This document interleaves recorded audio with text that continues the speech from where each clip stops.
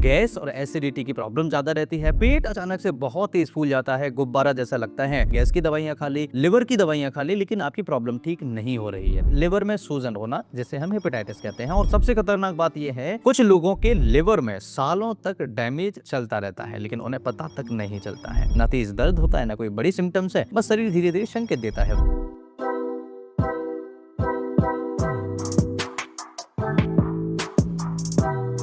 Hello everyone, my name is doctor Lokendra from Gwalior, Madhya Pradesh. आप सभी का स्वागत है एक नए और इंटरेस्टिंग वीडियो में। आज की वीडियो में हम समझेंगे हेपेटाइटिस आखिर होता क्या है, ये शरीर में कैसे फैलता है और ऐसी कौन सी गलतियां हैं जो लिवर को साइलेंटली डैमेज करती हैं। देखिए, हमारा लिवर शरीर का डिटॉक्स ऑर्गन माना जाता है। ये टॉक्सिन्स हटाता है, डाइजेशन में मदद करता है, हार्मोन्स को बैलेंस करवाता है और एनर्जी स्टोरेज करता है। लेकिन जब लिवर में इन्फ्लेमेशन शुरू होती है तो उसे हेपेटाइटिस कहा जाता है। अब इन्फ्लेमेशन क्या है? लिवर के अंदर इन्फ्लेमेशन शुरू हो गया तो समझ लीजिए हेपेटाइटिस आ गया। लेकिन जब लिवर में इन्फ्लेमेशन शुरू होती है तब उसे हेपेटाइटिस कहते हैं। यानी कि वही वाली बात कि घर में थोड़ी सी सास बहू में नोकझोंक हो गई, बस उसे इन्फ्लेमेशन समझ लीजिए। अब सवाल आता है कि इन्फ्लेमेशन होती क्यों है? इसके कई कारण हो सकते हैं, जैसे वायरस इन्फेक्शन होना, अल्कोहल होना, फैटी लिवर होना। सबसे इंपॉर्टेंट बात, hepatitis A, hepatitis B, hepatitis C, hepatitis D, even hepatitis E, ये अलग अलग वायरसेस हैं। घर में अगर सास बहू में नहीं बन रही है तो सास के कान कोई और भर रहा होगा और बहू के कान कोई और भर रहा होगा। तो ये जो 4-5 लोग होंगे ना, ये अलग अलग प्रकार के हैं। डैमेज किसको कर रहे हैं? घर को कर रहे हैं। बात समझ रहे हैं? ऐसे ही hepatitis A, B, C, D, E, ये जो हैं ये अलग अलग हैं और सभी एक जैसे नहीं होते। उदाहरण के लिए हेपेटाइटिस ए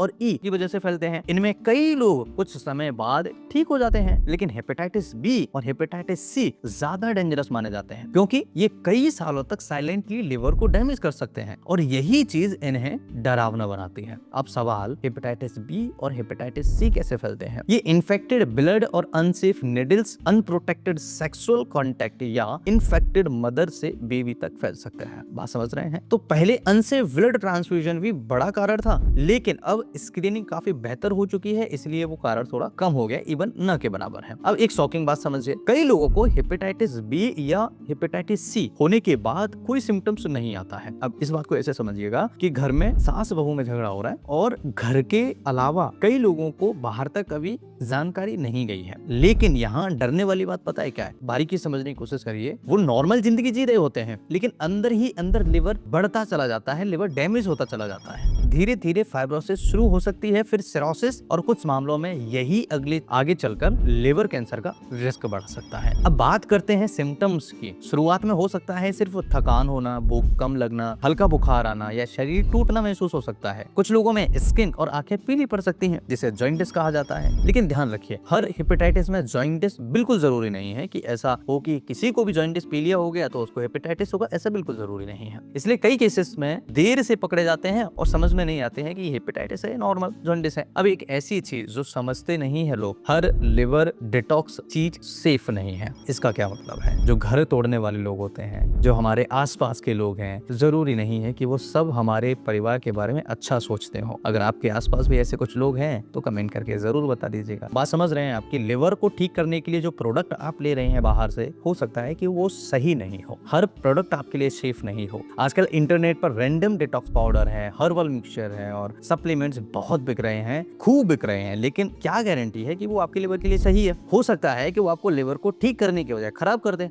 और ज्यादा बीमार कर दे। लेकिन कई बार बिना जांच के ज्यादा सप्लीमेंट्स लेना भी लिवर पर एक्स्ट्रा प्रेशर डाल सकता है। यानी हर नेचुरल चीज हार्मलेस हो ये जरूरी भी नहीं है, लेकिन हर नेचुरल चीज लिवर को फायदा नहीं करती ये भी नहीं हो सकता है। अब बात करते हैं फैटी लिवर और हेपेटाइटिस के कनेक्शन के बारे में। अगर आपका खाना लगातार शुगर से भरपूर है, जंक फूड बहुत ज्यादा है, तो लिवर में फैट जमा शुरू होना स्टार्ट होता है। धीरे धीरे इन्फ्लेमेशन बढ़ा सकता है, जिसे कई लोग फैटी हेपेटाइटिस जैसी कंडीशन जोड़कर समझते हैं। यानी सिर्फ अल्कोहल ही लिवर को डैमेज का कारण नहीं है। अब सबसे जरूरी बात यह है कि हेपेटाइटिस बचाव कैसे करें और कैसे हम अपने लिवर को हेल्दी रखें। हेपेटाइटिस बी की वैक्सीनेशन अवेलेबल है और यही सबसे बड़ी वजह है कि वैक्सीनेशन को बेहद इंपॉर्टेंट माना जाता है हेपेटाइटिस के केसेस में। इसके अलावा अनसेफ इंजेक्शन से बचना है, पर्सनल रेजर्स या निडल्स शेयर नहीं करना है, सेफ ब्लड ट्रांसफ्यूजन करना है और प्रोटेक्टेड सेक्सुअल प्रैक्टिस हमेशा बहुत जरूरी होती है। ये सब प्रिवेंशन में मदद करते हैं। अब ट्रीटमेंट की अगर हम बात करें तो हेपेटाइटिस का इलाज और कारण पर डिपेंड करता है कि आपको कौन सा ट्रीटमेंट देना चाहिए। कुछ वायरल हेपेटाइटिस खुद ठीक हो सकते हैं, जबकि कुछ में एंटी वायरल मेडिसिन की और जबकि कुछ में एंटी वायरल मेडिसिन की जरूरत पड़ सकती है। इसलिए सेल्फ ट्रीटमेंट या इंटरनेट पर देख करके कोई भी मेडिसिन लेना, कोई भी ड्रिंक पीना, कोई भी लिवर को साफ करने का जादुई तरीका मैजिकल हर्ब से लेना या कोई ऐसा तरीका जो आपको कह रहा है कि 2 दिन के अंदर लिवर साफ हो जाएगा, तो इनसे बचने की कोशिश करिए। ये आपके लिवर को और ज्यादा डैमेज कर सकते हैं। फैटी लिवर है, डायबिटीज है, ओबेसिटी बहुत ज्यादा है, ऐसी कंडीशंस है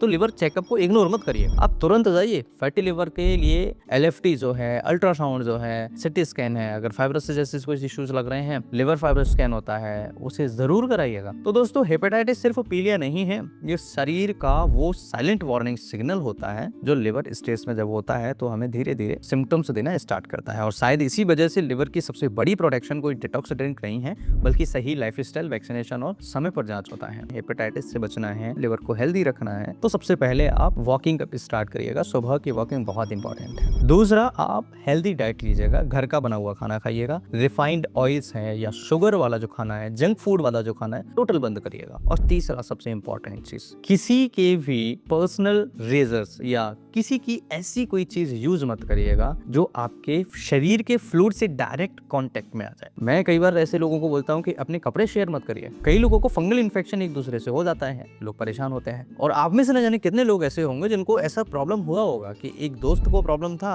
उसके कपड़े शेयर कर दिए और आपको प्रॉब्लम हो गया। तो ऐसी कई सारी बीमारियां जो एक दूसरे के संपर्क में आने से या फिर एक दूसरे के कपड़े शेयरिंग करने से या कुछ और चीजें शेयरिंग करने से भी प्रॉब्लम हो सकती है। तो हमेशा ध्यान रखिएगा, ऐसी कोई प्रॉब्लम है तो आप अपने कपड़े शेयर किसी को मत दीजिएगा या आप किसी के मत पहनिएगा। ये सबसे बढ़िया प्रैक्टिस होती है कई बीमारियों को बचाने के लिए। लिवर को हेल्दी रखने के लिए मैंने आप सभी को उपाय बताया है। एक मेडिसिन भी है, सबसे बढ़िया मेडिसिन है कालमेघ। बहुत इफेक्टिव मेडिसिन है। क्यू पोटेंसी में मरीज को 10 से 15 गुण देना चाहिए। जिनको फैटी लिवर हो गया है, फैटी लिवर की वजह से उनको गैस, एसिडिटी, कॉन्स्टिपेशन होता है, लिवर अच्छे से काम नहीं कर रहा है, ऐसे लोगों में सबसे बढ़िया और पावरफुल मेडिसिन माना जाता है। मैं आशा करता हूँ ये वीडियो आपके लिए बहुत इफेक्टिव और बहुत पावरफुल होगा। कुछ पूछना चाहे तो कमेंट करिएगा। इस तरह की और वीडियो देखने के लिए चैनल को सब्सक्राइब कर लीजिए। मैं फिर मिलता हूँ इसी तरह की इंटरेस्टिंग और ट्रस्टेड इन्फॉर्मेटिव वीडियो में। अब तक के लिए आप स्वस्थ, मस्त और मुस्कुराते रहिए। यही तो है जीवन।